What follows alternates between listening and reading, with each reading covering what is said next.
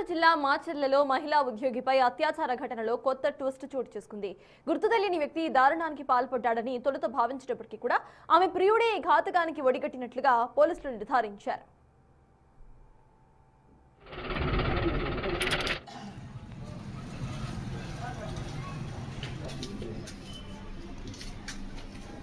సత్తెనపల్లికి చెందిన మహిళా పంచాయతీరాజ్ శాఖలో పనిచేస్తున్నారు. ఉద్యోగరీత్యా మాచర్లలో ఒంటరిగా ఉంటున్నారు. రాజుపాలెంకు చెందిన శ్రీనివాస్ గత కొంతకాలంగా సదరు మహిళతో పరిచయం కలిగి ఉన్నాడు. ఈ నెల 2న ఆమె ఇంటికి వచ్చిన నిందితుడు మహిళపై అనుమానంతో ఆమెను గట్టిగా కట్టేసి అత్యంత పాశవికంగా దాడి చేసి అత్యాచారానికి పాల్పడ్డాడు. తనపై ఎవరో గుర్తు తెలియని వ్యక్తి దాడి చేశారని బాధిత మహిళ పోలీసులకు ఫిర్యాదు చేయడంతో కేసు నమోదైంది. పోలీసులు సీసీటీవీ ఫుటేజ్లు, కాల్ డేటా వంటి సాంకేతిక ఆధారాలను పరిశీలించారు. వారం రోజుల దర్యాప్తు తర్వాత శ్రీనివాస్ను అదుపులోకి తీసుకున్నారు. పోలీసుల విచారణలో నిందితుడు తన నేరాన్ని అంగీకరించాడు. ప్రస్తుతం బాధితురాలు హాస్పిటల్లో చికిత్స పొందుతున్నారు.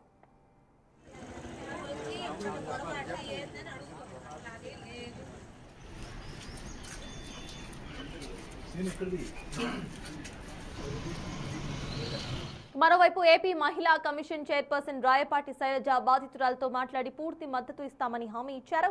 ఈ ఘటనపై సీఎం చంద్రబాబు సైతం సీరియస్ గా స్పందించారు. దీనికి సంబంధించిన పూర్తి అప్డేట్స్ మా ప్రతినిధి మణికుమార్ అందిస్తారు. మణికుమార్, చెప్పండి, ఈ అత్యాచార ఘటనలో తెలిసిన వాళ్లే చేసినట్టుగా తెలుస్తుంది. అసలు దానికి సంబంధించిన అప్డేట్స్ ఏంటి మణికుమార్?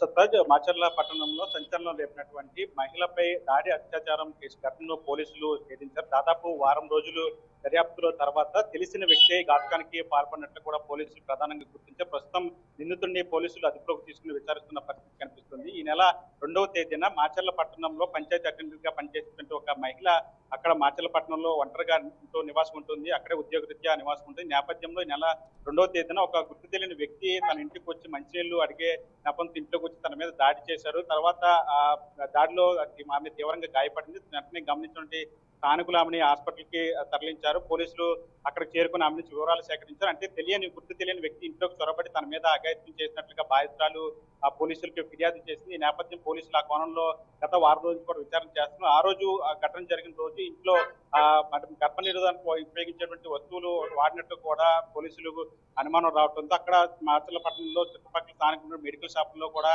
ఏమైనా అట్లాంటి పరికరాలు ఏమైనా వస్తువులు ఏమైనా కొన్నారనే కోణంలో కూడా పోలీసులు విచారణ చేశారు. దానికి సంబంధించిన విజువల్స్ కూడా మనం బిగ్ మీద చూడొచ్చు. గతంలో కూడా వారం రోజుల నుంచి కూడా ఈ ఘటనకు సంబంధించి పోలీసులు దర్యాప్తు చేస్తా ఉన్నారు. అయితే దీనికి సంబంధించి ఒక 2 సీసీటీవీ ఫుటేజీలు ప్రధానంగా బయటకు వచ్చి ఆ సీసీటీవీ ఫుటేజీలో ఒక వ్యక్తి అనుమానంగా కదలికలు ఉన్నట్టు కూడా పోలీసులు ప్రధానంగా గుర్తించారు. ఆ వ్యక్తి గుంటూరు బస్టాండ్ లో బస్సు ఎక్కి మాచర్ల పట్టణంలో దిగినట్టు, అదే వ్యక్తి బాధితురాలు ఇంటి సమీపంలో సంచరిస్తున్నట్టు కూడా పోలీసులు గుర్తించారు. ఆ వ్యక్తిని వెతికే పనిలో పోలీసుల నేపథ్యంలో గత 4 రోజుల క్రితం ఆ సీసీటీవీలో కనిపించినట్టు ఆ వ్యక్తిని పోలీసులు అదుపులోకి తీసుకున్నారు. అది తీసుకుని విచారించిన తర్వాత ఇదంతా కూడా తెలిసిన వ్యక్తి చేశారని పోలీసులు ప్రధానంగా గుర్తించారు. అయితే మరోవైపు మహిళ ప్రస్తుతం హాస్పిటల్లో చికిత్స పొందుతూ ఉంది. తనను గుర్తు తెలియని వ్యక్తే దాడి చేశారంటూ కూడా ఆమె మొన్నటి వరకు కూడా చెప్పుకుంటూ వచ్చిన పరిస్థితి. అయితే ఇప్పుడు పోలీసులు నిందితుడిని గుర్తించి విచారణ చేసిన తర్వాత ఇదంతా కూడా తెలిసిన వ్యక్తి చేశారని చెప్పి పోలీసులు ప్రధానంగా గుర్తించారు. అంటే గతంలోనే వీళ్ళిద్దరికి కూడా సోషల్ మీడియాలో పరిచయం ఉంది. ఆ పరిచయం కాస్త ప్రేమగా మారింది. సన్నిహితంగా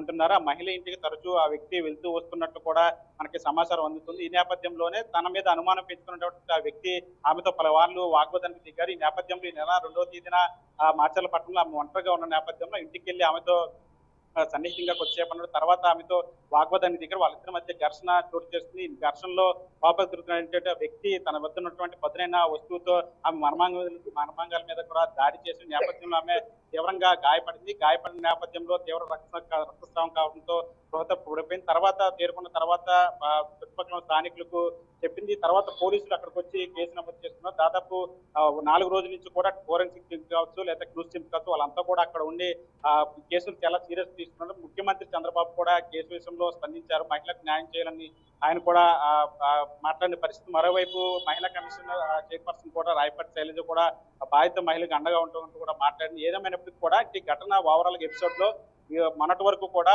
గుర్తు తెలియని వ్యక్తి దొండగుడు వచ్చి దాడి చేశాడు, ఒంటరి మహిళ మీద అన్న కోణంలో పోలీసులు రైట్. విచారించారు. అయితే ఇప్పుడు నిందితుడు పోలీసులు అదుపులో ఉండటంతో ఇదంతా కూడా తెలిసిన వ్యక్తే చేశారు. వాళ్ళిద్దరు కూడా మొదటి నుంచి కూడా సాన్నిహిత్యం ఉంది. ఈ నేపథ్యంలో వాళ్ళిద్దరికి వ్యక్తిగత విషయంలో ఈ గొడవ జరిగింది, దాడి జరిగిందని చెప్పి పోలీసులు ప్రధానంగా అంచనాకు వచ్చారు. ప్రస్తుతం నిందితుడు పోలీసులు అదుపులో, మరోవైపు బాధిత మహిళ కూడా ఆసుపత్రిలో చికిత్స పొందుతుంది. మరి దీని మీద పోలీసులు అంటే ఇంకా పోలీసుల నుంచి వివరణ పూర్తిగా రావాల్సి ఉంది. ఆ పోలీసులు దీని మీద క్లారిటీ ఇవ్వాల్సింది కాబట్టి ఈ కేసు విషయంలో పోలీసులు ఎట్లాంటి క్లారిటీ ఇస్తారనేది వేచి చూడాల్సిన పరిస్థితి సత్తాది. Yes, thank you Manikumar.